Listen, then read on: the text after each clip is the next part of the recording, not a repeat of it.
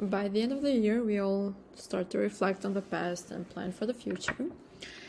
Many people make New Year resolutions or promising themselves to stop drinking or start exercising once January arrives. According to data from 1,450 Americans, these are the most common New Year resolutions. Exercise to get in shape, 90% of people. Diet to lose weight, 18% of people. Save money, 14% of people. Eat healthier in general, 11%. And self-care, 5%. People like to think that resolutions are about willpower, but I kind of disagree. They're about reclaiming our time. That's why New Year resolutions are so powerful, I think. It's as if birthdays and New Week get together and had a baby. Time is a trippy concept. Like money, it's a popular source of the root of all evil, comparison.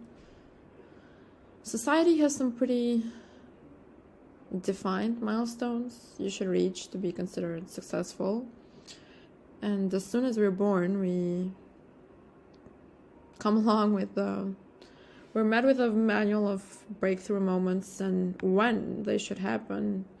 Our first word, our first steps, potty training, the learning to count and write, finishing high school, university, getting a job, getting married, having kids. It's a tale as all this time, no pun intended. Besides milestones, time is associated with productivity and busyness. And busy has become a common answer to the question, how are you? In primary school, we used to send our friends holiday cards like it was nobody's business. They all circled around the same silly quotes and inside jokes, but still, writing them and receiving them was such a pleasure. And one year we just stopped doing that because we grew up. What do the adults who still send them write about in their cards now that childhood crushes are no longer a thing? And as it turns out, research on holiday letters has shown that since the 60s, references to crazy schedules have notably increased. Crazy schedules. I came across a study that I just have to share. It's something I've unconsciously known for years, but science always helps me articulate my opinions. You may or may not know that I'm Albanian. You probably do, because I mention it quite a lot. Albania is part of the Balkans, a small country near Italy and Greece. I've written a bit about our painful background, but there's just so much to cover when it comes to us. And one thing's for sure, our culture is very, very different from the Western one. We're very opinionated, so I've frequently had conversations about the way we live, work, and enjoy ourselves in relation to North Americans. Us Albanians were notorious for our coffee shops. I'd say probably our favorite activity. People go up to 3 to 4 different coffee shops in a day with friends or colleagues. You usually have a coffee before work with your colleagues, then another during lunch break.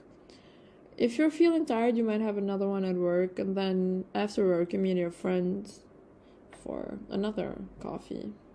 You might meet your girlfriend or another friend then, and then move to alcohol territory, or you guessed it, another coffee. And what I found out in that research that I just had to share with you is that in Italy, leisure time, vacations, and just having the time to have 5 coffees a day are seen as a status symbol. Whereas in the States, the opposite is true. This paper by Beleza, Baharia, and Kanan on business as a status symbol is just fascinating. And this is just so funny to me as an Albanian who's in frequent contact with Americans. Being able to take time off and go on vacations often is a cause of envy for Italians and us Albanians. If you have the means to relax, you must be doing something right. And when I read this study, I kept imagining an Italian man at the beach in Capri, dressed just all stylish, all in white, enjoying his wife's company while they savor their drinks and talk about nothing and everything.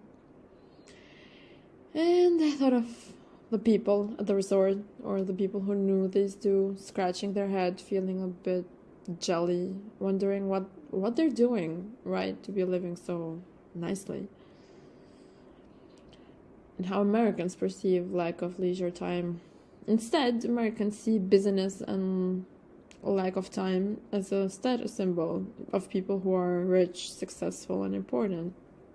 So it's basically the opposite of Europe. This is a reflection of the American dream, which roughly states that no matter who you are, if you work hard, you can make it in America. It's a central part of the American rise and grind culture. That paper also covers the way ancient philosophers looked at work and time. In 44 before Christ, Cicero said, "A citizen who gives his labor for money degrades himself to the rank of slaves." Don't even get me started on all that's wrong with that statement, but let's carry on.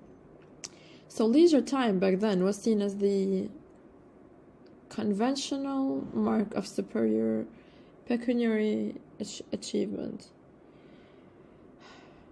Busy people are considered a scarce resource, since busyness also signals competence and ambition. Oh, and here's another important distinction. People with fewer economic resources, who are seen as having no choice but to be busy working overtime or 2 jobs or 3, aren't perceived to have a higher status. So for them, it doesn't count. It's not a status symbol.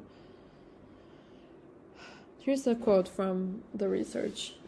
For example, notable author Michael Pollan argues that marketing messages by the the processed food industry flatter consumers' sense of busyness, implicitly telling them, "You don't have time to cook, you're too important. You're a loser if you have time to cook." Our findings support the notion that appealing to consumers' lack of time could be a form of flattery, making consumers feel their time is very valuable. End quote. And people like to feel busy, and shady marketers like to take advantage of that. The Cut features a weekly How I Get It Done column where personalities explain how they manage all their commitments. Ironically, here's an excerpt from one of their pieces. As the founder of the Vaccine Confidence Project, a nonprofit monitoring and addressing public trust in vaccines, Heidi Larson has never been busier. It's about business, all the time. But is business really tied to success, financial wealth, or achievements? This remark from Ashley Williams, a behavioral scientist, concludes my point. I'm Team Italian, in case that wasn't obvious from just my previous work and just my life. Here's the quote from Ashley Williams. "We know that making $10,000 more in household income results in a 0.5 increase in life satisfaction." I basically said, well, what is the impact on life satisfaction of all these time-related choices? Exercising more, working less, savoring more, feeling less busy, focusing more on time versus money. I worked out that even if you spend about $150 per month to outsource your disliked task of house cleaning, this produces a happiness equivalent of making $40,000 more of household income per year, calculated based on an estimate of someone making $50,000 per year. So some of the small changes we make around the margins can have really huge impacts for our happiness. End quote. In a year, French people take 21 more vacation days than Americans.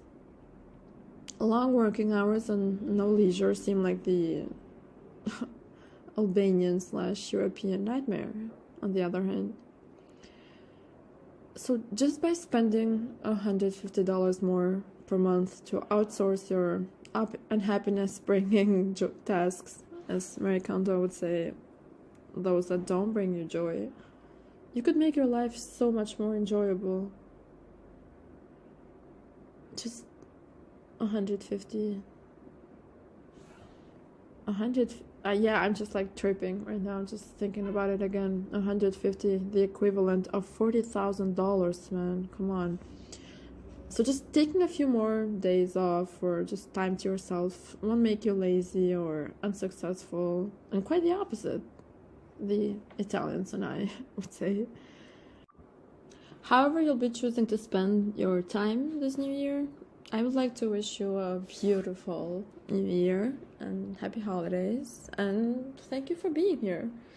Whether you've been a reader or whether you found me here or whether this is the first time you hear my voice, I'm just so grateful you gave me your time and attention. Turns out it's pretty important, so I appreciate that. Happy holidays.